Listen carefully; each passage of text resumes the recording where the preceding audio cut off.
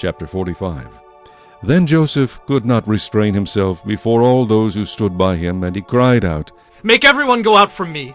So no one stood with him while Joseph made himself known to his brothers.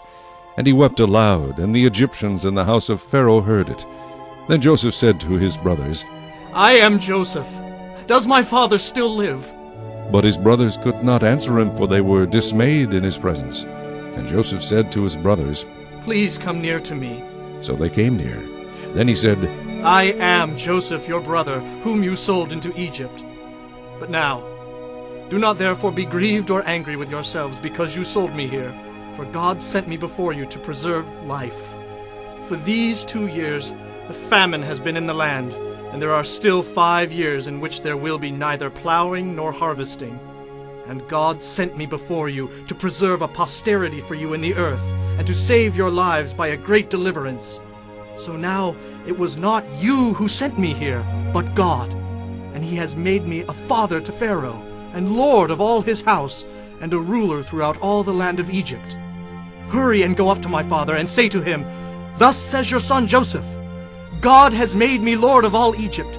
Come down to me, do not tarry.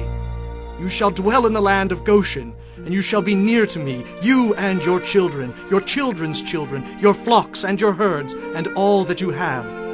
There I will provide for you, lest you and your household and all that you have come to poverty. For there are still 5 years of famine. And behold, your eyes and the eyes of my brother Benjamin see that it is my mouth that speaks to you.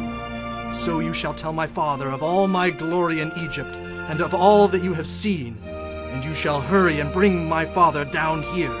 Then he fell on his brother Benjamin's neck and wept, and Benjamin wept on his neck. Moreover, he kissed all his brothers and wept over them. And after that his brothers talked with him.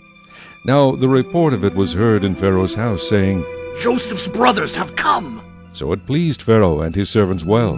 And Pharaoh said to Joseph, "Say to your brothers, do this.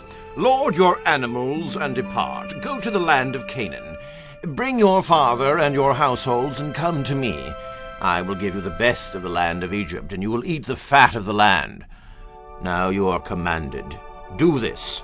Take carts out of the land of Egypt for your little ones and your wives. Bring your father and come. Also, do not be concerned about your goods, for the best of all the land of Egypt is yours."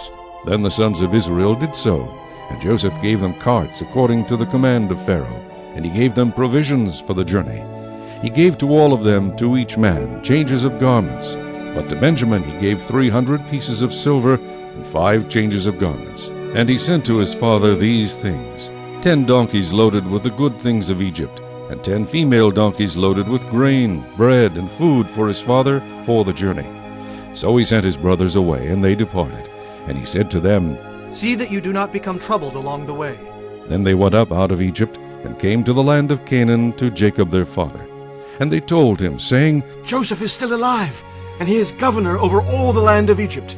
And Jacob's heart stood still, because he did not believe them. But when they told him all the words which Joseph had said to them, and when he saw the carts which Joseph had sent to carry him, the spirit of Jacob their father revived. Then Israel said, "It is enough. Joseph, my son, is still alive. I will go and see him before I die."